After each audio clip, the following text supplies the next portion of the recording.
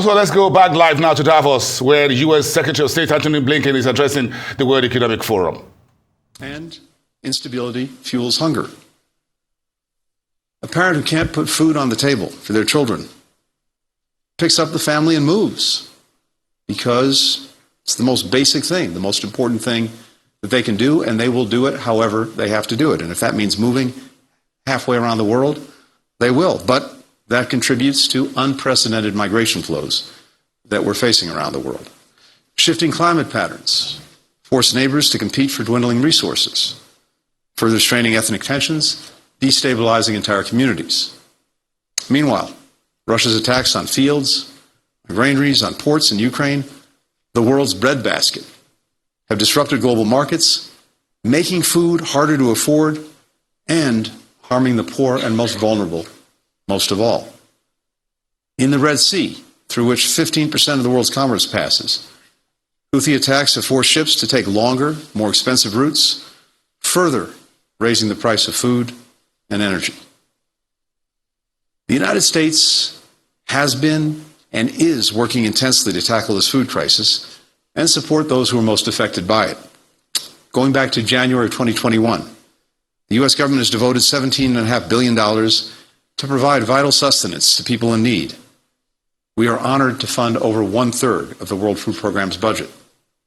Now, I had a chance to see some of these efforts just last week at a World Food Programme warehouse in Jordan, where I met with UN staff that is working relentlessly, often at great personal risk, to get aid to Palestinians in Gaza, over 90% of whom are facing acute food insecurity. Too many people already go to sleep hungry, and it's set to get worse. If you project out to 2050, global demand for food is projected to rise by 50%. But over that same period, climate change could reduce yields by as much as 30%. So do the math, and it doesn't balance out. In short, we need to feed more people as growing food becomes harder. That's why the United States is partnering to adapt and transform agriculture and food systems, because as vital as emergency assistance is, if we don't get at the underlying infrastructure, if we don't get at a way to produce better, stronger, more resilient crops, then we won't solve the problem. But we joined a pledge with over 130 countries signing the Emirates Declaration at COP28 to address a big part of this. Our Agriculture Innovation Mission for Climate Initiative with the UAE has mobilized $17 billion to invest in efforts like regenerating degraded cropland and capturing carbon in soil. Through the Global Partnership for Infrastructure and Investment, we are working with dozens of countries, from India to Zambia, to scale climate-smart agriculture and bolster supply chains. And together with the African Union and the Food and Agriculture Organization, we've launched a new initiative. It's called Vision for Adapted Crops and Soils, or VAX. And VAX is part of the USAID's flagship Feed the Future initiative. This is our comprehensive response in the U.S. government to food insecurity around the world, and the approach that we have is two-pronged. And it really boils down to this. Two very basic things. First, we're investing above ground, identifying the indigenous African crops that are most nutritious and most resilient to climate change, improving these varieties, delivering them to the world. At the same time, we're investing below ground, mapping, conserving, building healthy soils.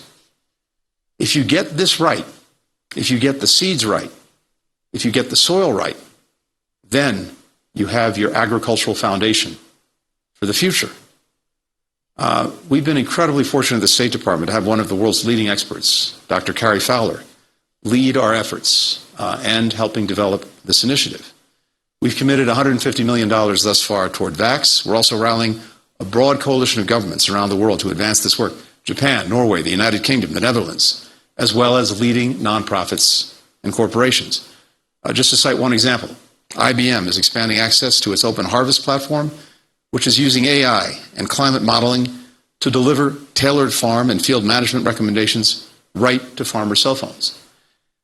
We have the capacity, as we're doing this, with all of this technology, to literally map the soil any place in the world, any given field, to tell whether the soil is good, bad, deficient, and then to figure out how we can make it as productive as possible.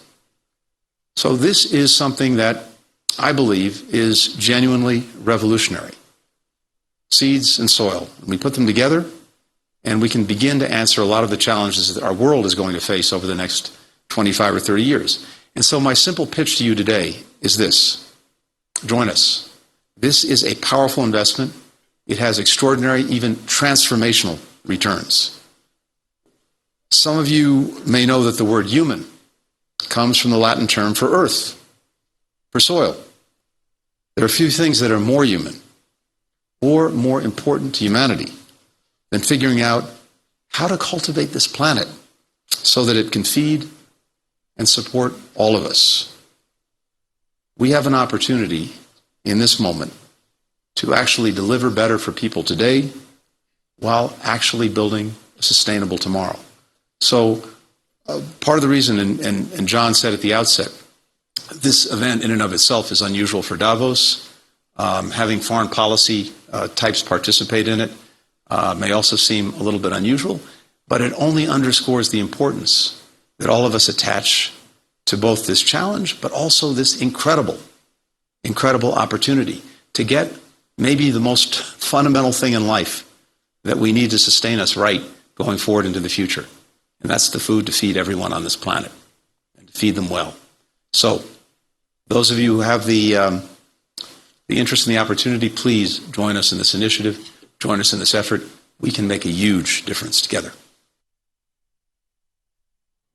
U.S. Secretary of State Antony Blinken there speaking at the opening formalities of the World Economic Forum, a major address to world leaders, politicians, policymakers, businessmen, investors, as well as social activists meeting in Davos clusters for this year's edition of that global forum.